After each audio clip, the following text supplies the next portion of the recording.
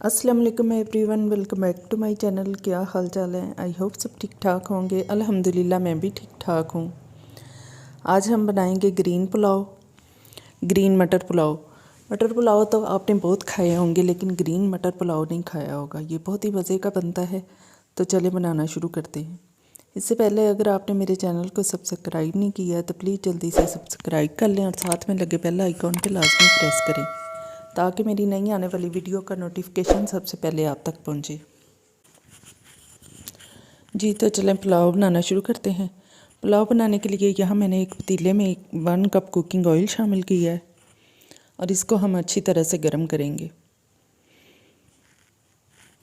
Oil हमारा गर्म हो चुका है। अब हम इसमें ऐड करेंगे 1 टेबलस्पून सफ़ेद ज़ीरा और इसको हल्का सा फ्राई कर लेंगे। इसके बाद हम इसमें शामिल करेंगे 2 टेबलस्पून लहसुन अदरक का पेस्ट और इसको भी अच्छी तरह से भून लेंगे। इसके बाद हम इसमें मटर शामिल कर देंगे। मटर शामिल करने के बाद इनको भी अच्छी तरह से भूनेंगे।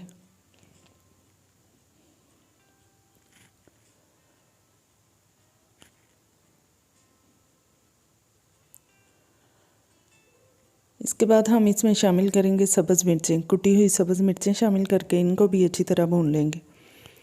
यहाँ मैंने 8-10 सब्ज़ मिर्चें ली थी और उनको बहुत अच्छी तरह से कूट लिया था, वो शामिल कर दिए और साथ में शामिल कर देंगे नमक।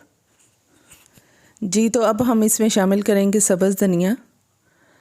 सब्ज़ धनिया यहाँ मैंने एक बड़ी गड्डी ली थी और उनको अच्छी तरह से धो के काट लिया है और वो इसमें शामिल करके इसको भी अच्छी तरह से भूनेंगे।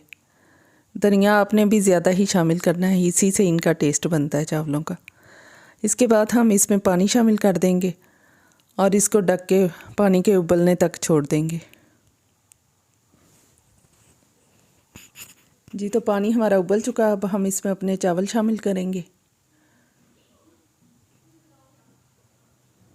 और इसको पका लेंगे अच्छी तरह से पानी के खुश्क होने तक।